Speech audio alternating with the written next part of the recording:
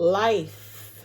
When life has you by the bolas, you know what I mean? It's just really tough to kind of see the light. Now, I know that I've been in a place where I wanted to go ahead and get my art business going, but didn't really quite have the capital to get it started. So in this video, I'm just going to go ahead and give you guys some ideas of how you can start selling your art in 2023 for, well, I don't want to say free, but for as little as possible. Okay, let's just go ahead and get into it. Guys, my name is Tania Lopez, just in case you don't know, and I'm the artist behind Art Zone, where I create arts and crafts very much influenced by my Puerto Rican culture. But anyways, when I first really started to sell my stuff back in 2018, I kind of put myself in a hole because I bought a lot of stuff that I probably didn't need to buy and did a lot of things that I probably didn't need to do.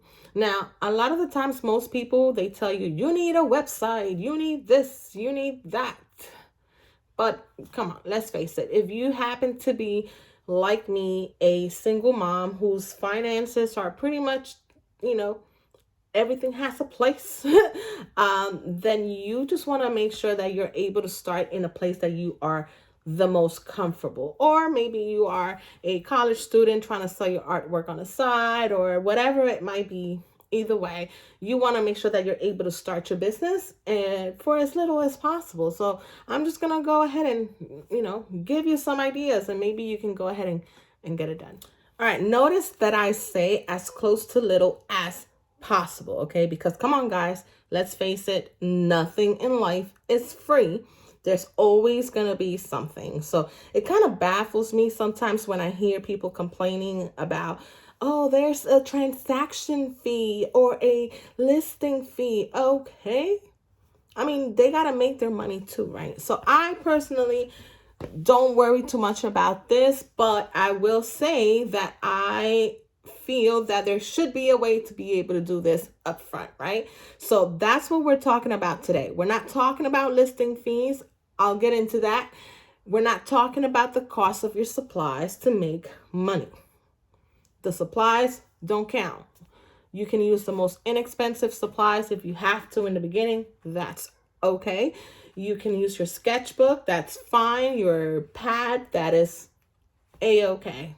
That's not what I'm talking about here. What I'm talking about here is making an investment for the method of selling your work.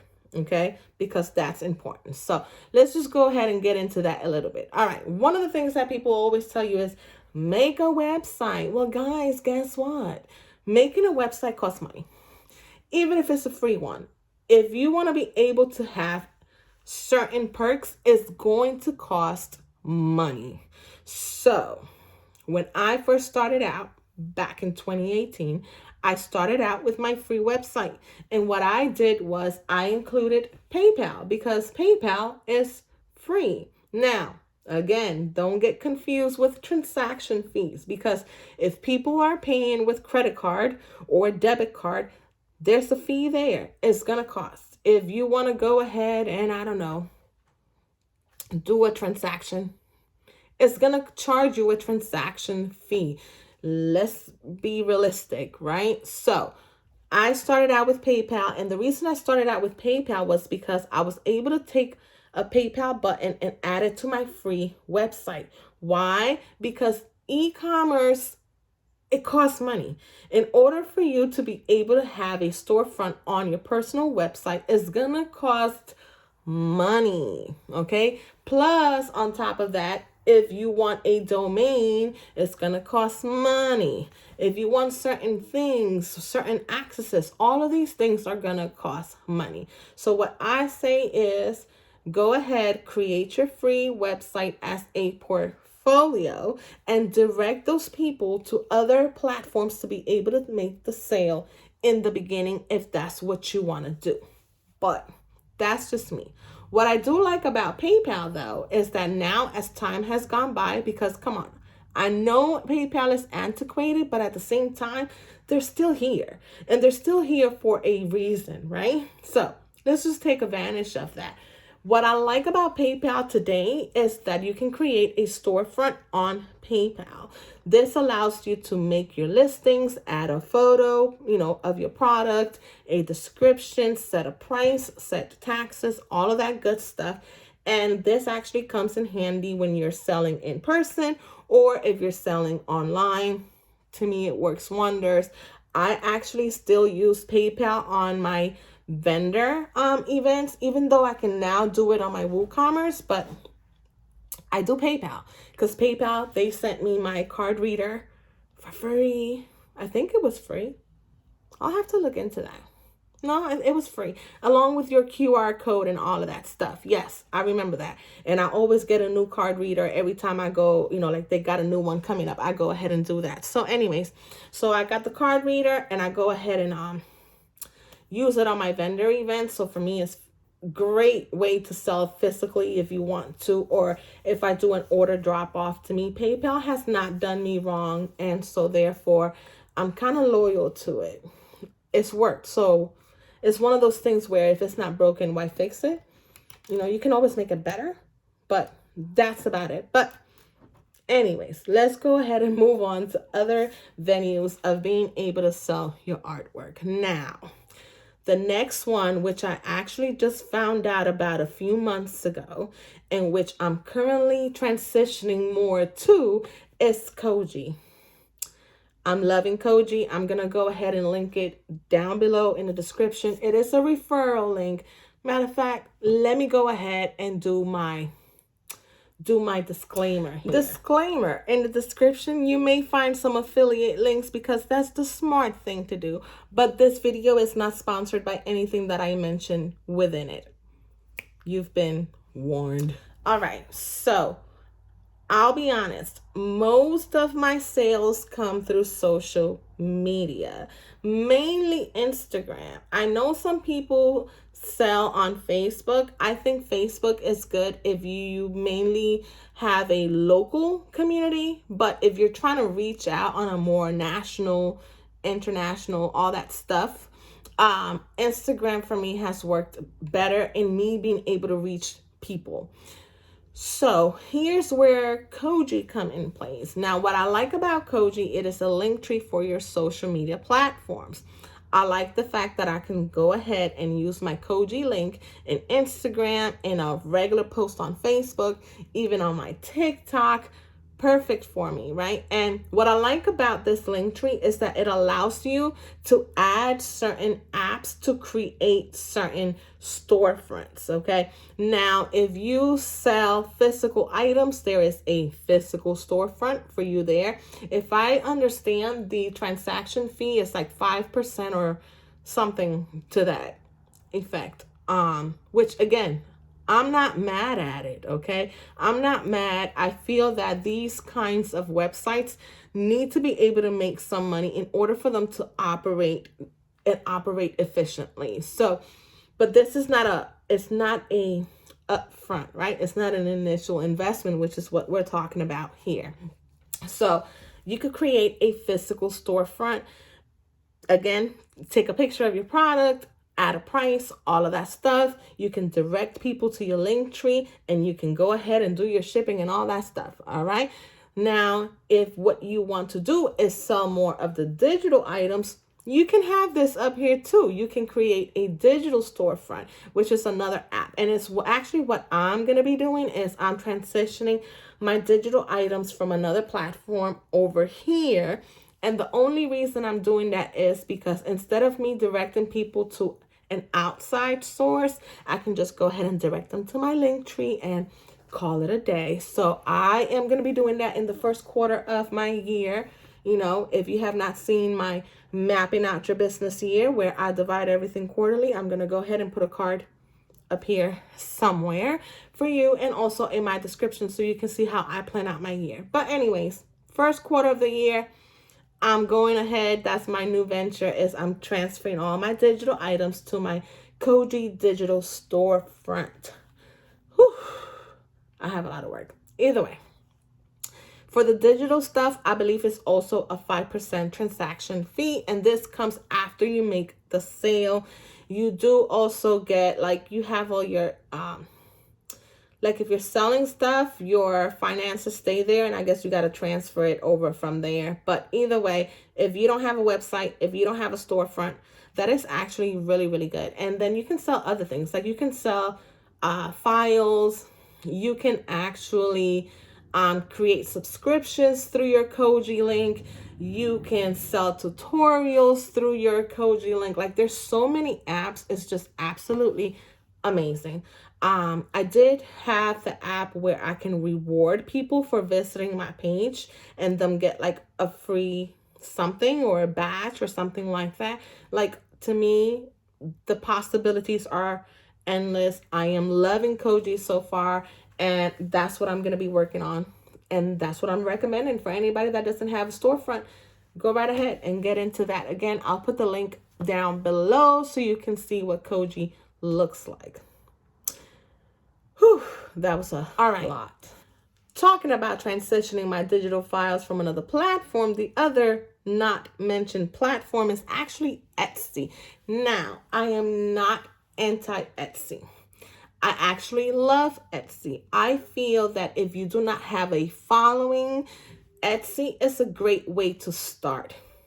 I do hear what a lot of people are saying, all the anti-Etsyers.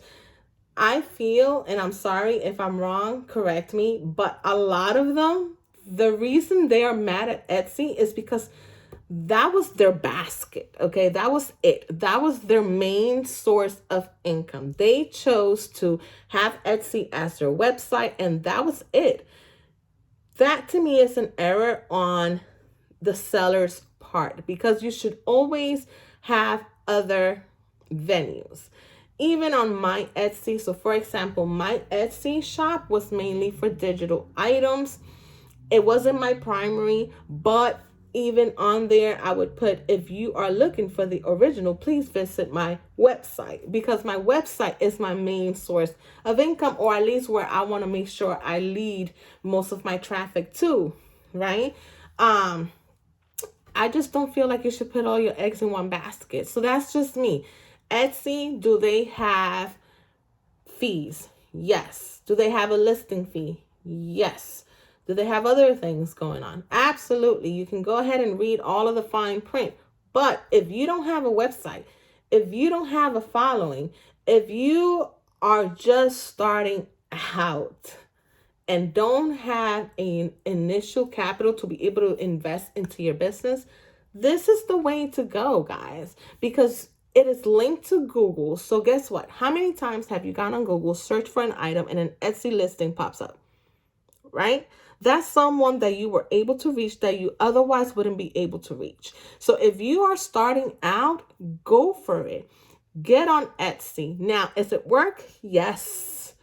Yes, I do not feel that the Etsy marketing really has worked in my favor. Again, I'm not upset about it. And the reason I'm not upset about it is because I do not depend on other people or websites to do the marketing for me. Oftentimes, if my sales drop, I say, well, yeah, I haven't really been marketing it. Now sometimes they find me through Etsy, and that's always a plus. But I know that the best times, or the most lucrative times that I have been successful in Etsy, is because I've been sharing it on Pinterest or whatever it may be.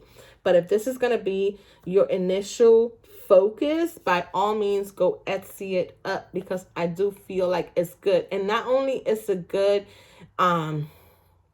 to get out there and to get started, and the fact that you can sell both physical, digital, or both, I feel that if you don't know too much about websites and SEOs and taxes and shipping and all of that stuff, Etsy is actually a good way to learn it all. Like, I feel that it does enough for you to be able to, it sends you a message, hey, by the way, that's good. It sucks having to start your own website and you don't know anything.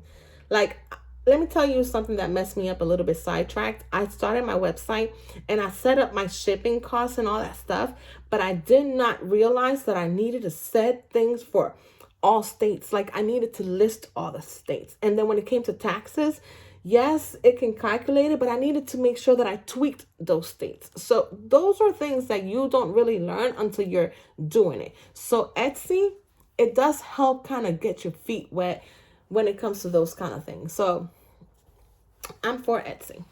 Yay. The next one, which is one of my biggest way that I made money in 2022, is Instagram and Facebook. And I'll go ahead and put it all together because you are doing it all together through the Meta Commerce. I think that's how you pronounce it. But Meta Commerce is the way that you are selling through Instagram and Facebook. Now, when I first started, you needed to have Facebook store set up before you did Instagram. That's the way it was.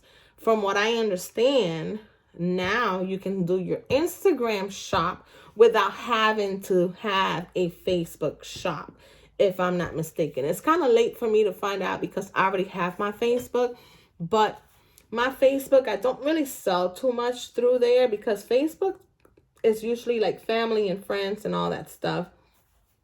Instagram, I have a wider net, so I'm able to people find me from all over the place, right? Like I sell Puerto Rican art, so Puerto Ricans from everywhere find me, and so most of my sales is on Instagram. I will say that Meta Commerce is a little bit complicating and kind of learning the ropes. And I think it's the way that it was integrated, because if you were already used to selling on Facebook a certain way, and then Meta Commerce comes in and they start implementing and fixing little glitches and stuff like that, you know, of course it was something to get used to, but I do think it's very beneficial for you to have your Instagram or Facebook shop. You don't need a website in order for you to do this. There are always going to be transaction fees. What I do like about Facebook is that you can go ahead and buy your shipping labels through there and do everything you need from there. So Instagram and Facebook is a good way for you to actually start your listing without an initial investment. Yay. And last but not least, you want to sell merch. I mean, think about it. I've been talking about physical products that you paint or digital items that you paint or whatever, but you want to have merch and you don't have the money to either print your own prints or print your own t-shirts or totes or whatever. Yay! But you want to sell merch, right? So this is where print on demand sites come into play. I love print on demand sites. Like I'm able to sell items that I wouldn't have in stock.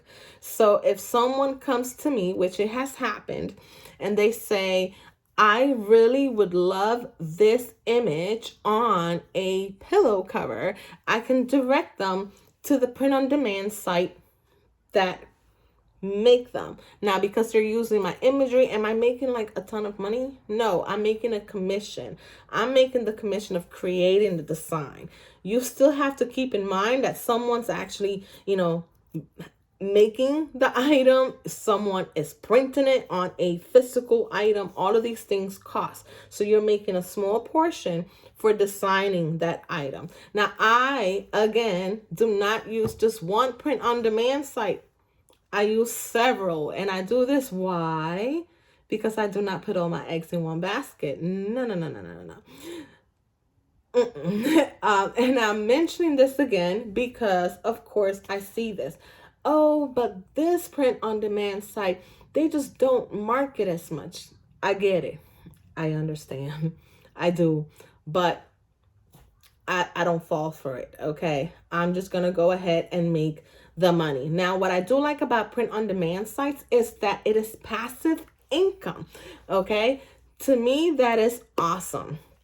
I don't care if I have one print on demand site that all I make is $20 and the other one I might make $1,000.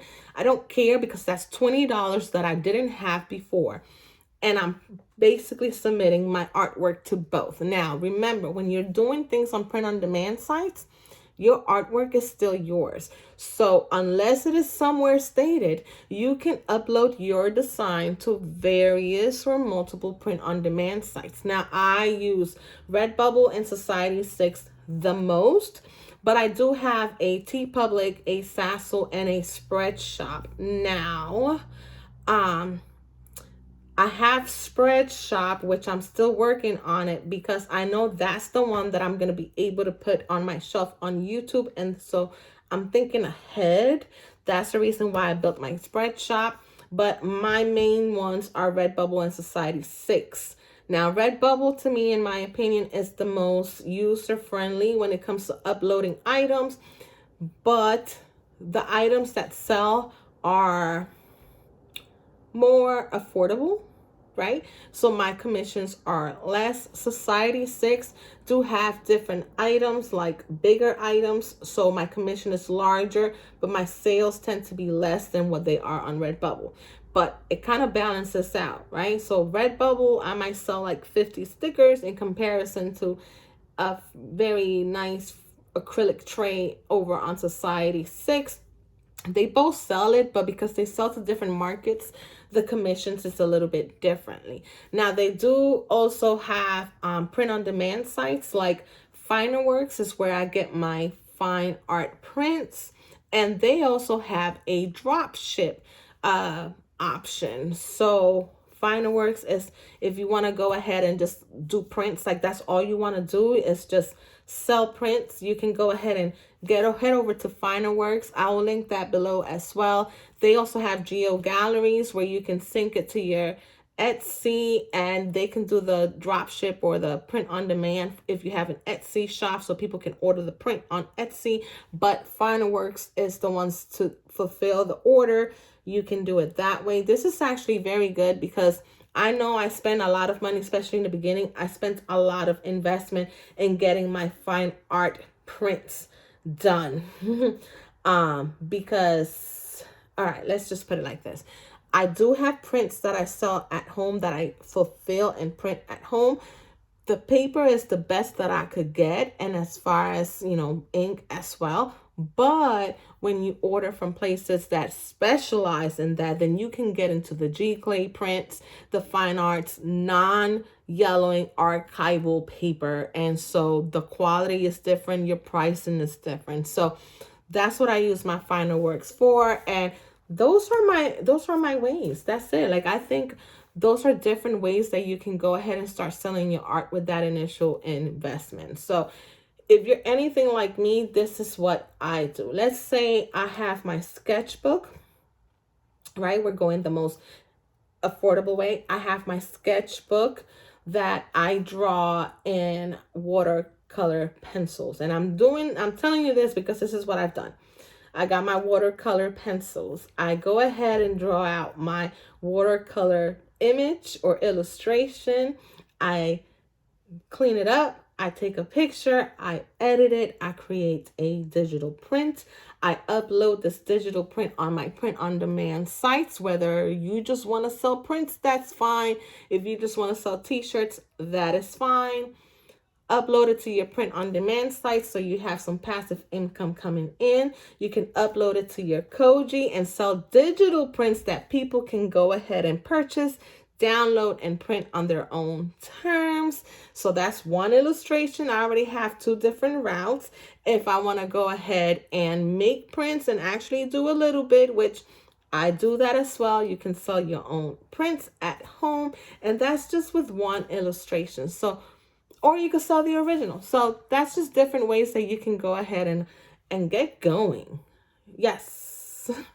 Anyway, guys, I hope you guys found this video beneficial for you. I can't wait to be able to see all of the new businesses or websites or storefronts starting in 2023. Matter of fact, go ahead and leave me a link in my comments with your shop if you already have it set up, or if you are, come back. If you haven't started it yet, come back and leave me that link so I can check you guys out.